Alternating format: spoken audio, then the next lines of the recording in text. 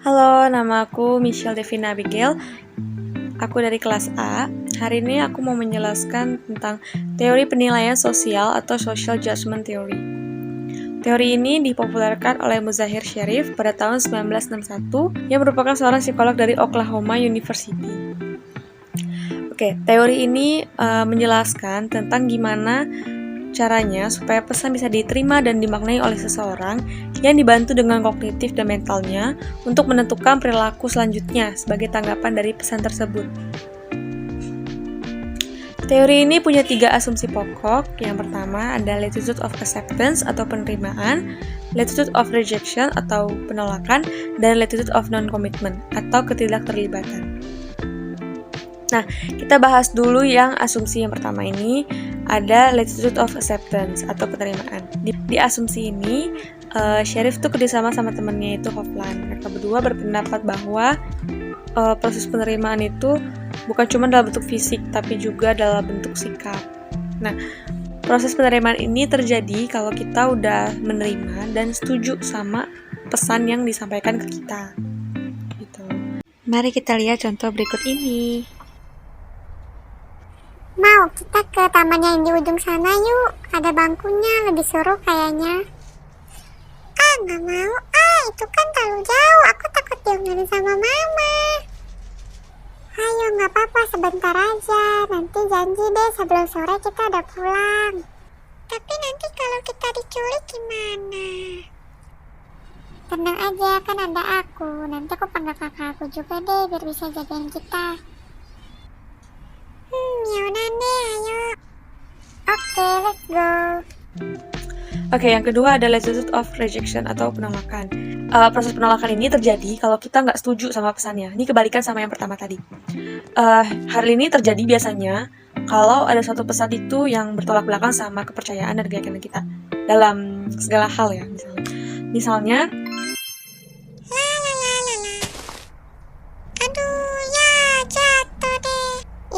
maaf mau kesenggol.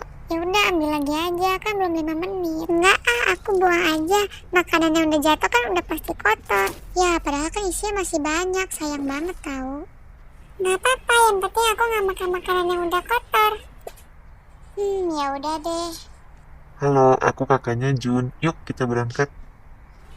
Oke. Nah, yang ketiga ada latitude of non-commitment atau ketidakterlibatan.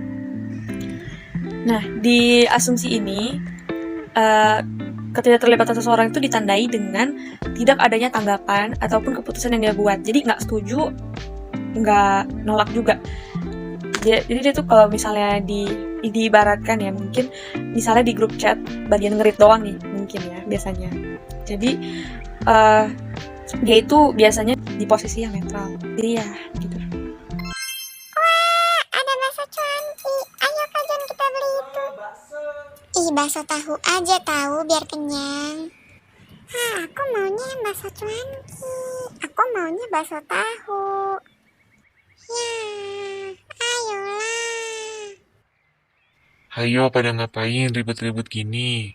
Kak, ayo kita beli bakso cuanki. Kak, beli bakso tahu aja biar kenyang. Kakak mau beli yang mana? Bakso cuanki kan, Kak? Kakak lapar kan? Ayo kita makan bakso tahu aja. Udah deh, mending kita jalan ke depan aja, biar bisa sekalian pulang, biar gak kesorean nih. Ya, tapi kakak setuju sama aku kan? Terus selanjutnya ada ego involvement. Tadi kita juga ada singgung di awal, di slide pertama itu ada ego involvement atau keterlibatan ego.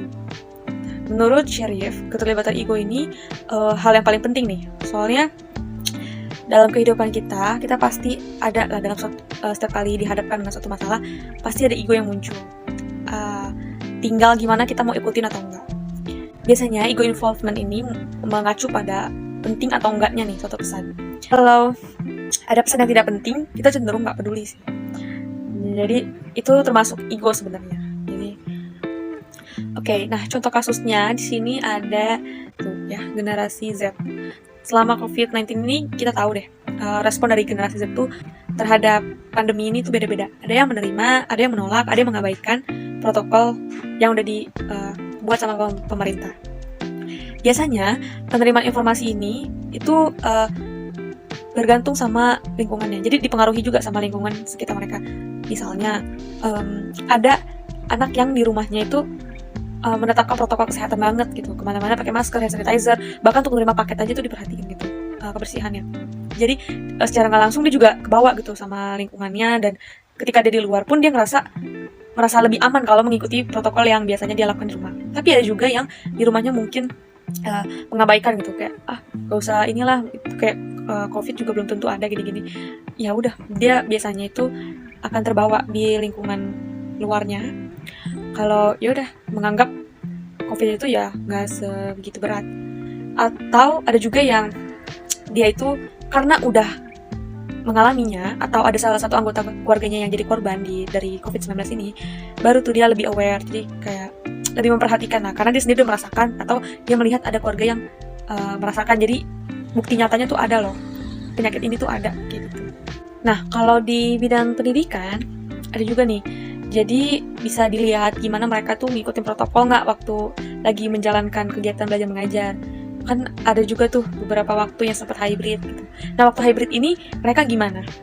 Apakah mengikuti protokol atau enggak, itu bisa kelihatan juga di sini. Karena Gen Z ini kan sangat dekat ya dengan teknologi. Jadi mereka tuh bisa menerima informasi dengan bebas dan beragam, dan mereka bisa pilih mau percaya yang mana, termasuk COVID gitu.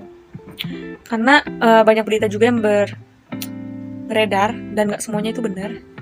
Jadi ya, tergantung berita mana yang mereka percaya tentang COVID, itu akan direpresentasikan dengan perilakunya dia dalam mengikuti protokol kesehatan. Oke, sekian penjelasan dari aku. Mohon maaf jika agak kurang jelas. Makasih. Wah, keren banget. Abang itu jualan apa ya?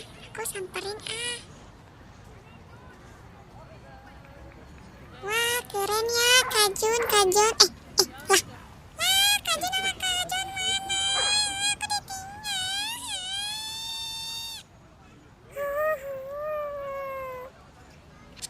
Mau, kamu ngapain di situ? Ayo kita pulang sini.